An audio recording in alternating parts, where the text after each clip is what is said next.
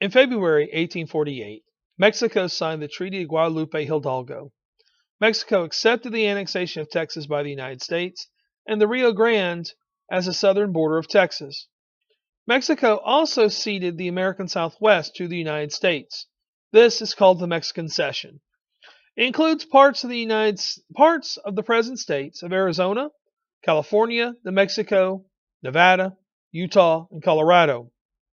The United States paid Mexico $15 million for this land. Yes, the United States fought a war in the 1840s in order to buy land from another country. More details on this Mexican Cession in another video assignment. The significance of the Mexican-American War. This is the first war the United States fought mostly on foreign soil. It is also the first time that an American army captured an opponent's capital. On the religious front, America's victory in the Mexican-American War was a triumph of the Protestant Church over the Roman Catholic Church. Finally, this war is a source of continued resentment from Mexico because it is unprecedented in world history to launch a war simply because one nation refused to sell territory to another nation. The rest of this video is titled Manifest Destiny and Slavery, because the victory in the Mexican-American War opens up a new debate. The victory over Mexico and the new territory obtained from this war renewed the debate over the extension of slavery into the territories. This will be the central issue for the next 20 years. Everyone knew that the Oregon Territory would be free. California, Texas, and the rest of the Mexican Cession are potential battlefields. Congressman David Wilmot proposed that slavery be prohibited in all land acquired from Mexico. This is the Wilmot Proviso. Northerners, such as fellow Whig Congressman Abraham Lincoln, loved this idea of prohibiting slavery in all lands acquired from Mexico. Southerners, such as Senator John C. Calhoun of South Carolina, hated it. The Wilmot Proviso passed in the House, and as you might expect, it failed in the Senate. Congress voted by section. They did not vote by party. In the heels of the Mexican-American War, we have the presidential campaign of 1848. James K. Polk retired. He had promised his followers he'd only serve one term, and he accomplished everything he wanted to accomplish on his checklist. So, Polk retires back to Tennessee. The Democrats in his stead nominate Lewis Cass, a career politician from Michigan. Cass supported the concept of manifest destiny. Cass also believed that the legality of slavery in the territories should be left up to the settlers in that territory. This is a theory of popular sovereignty. The Whigs returned to their strategy of 1840. All personality, no platform, and no Henry Clay. In fact, they'd even gone so far on that last part to create a set of buttons that had the letters A, B, C on them. This stood for anybody but Clay.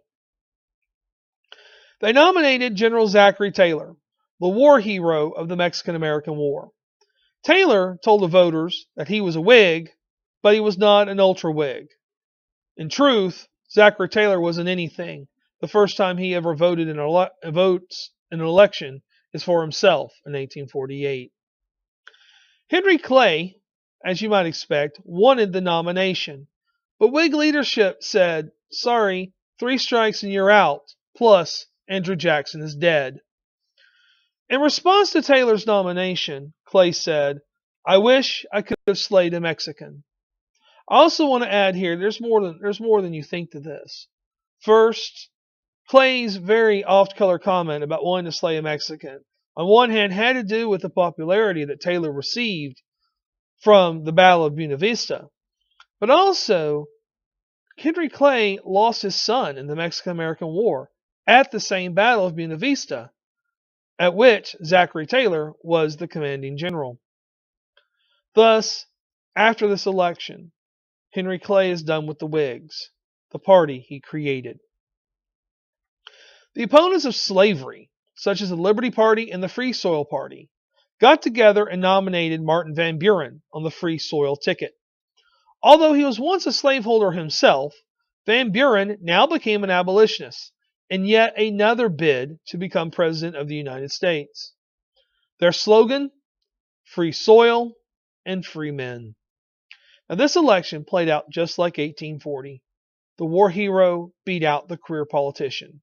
Now let me just tell you, it doesn't help the Democrats' cause when their candidate's name rhymes with the word ass. I once wrote a paper, about 35 pages long, about this election on the unofficial campaign, about the chants, the songs, the trinkets, etc. And one of the things I did was find out how many times the Whigs figured out a way to make it out that Lewis Cass was an ass. I stopped counting at about 87.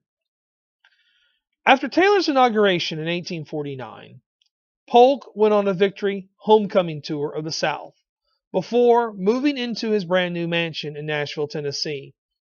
But unfortunately for Polk, he got sick on the tour. In New Orleans, he drank the water and he captured cholera. On June 15, 1849, Polk passed away. And in doing so, Polk set the record for the shortest ex-presidency at 103 days. He was only 53 years old at the time. His wife Sarah never remarried and lived for another 42 years, thus setting a record in her own sake for the longest widowhood of first ladies.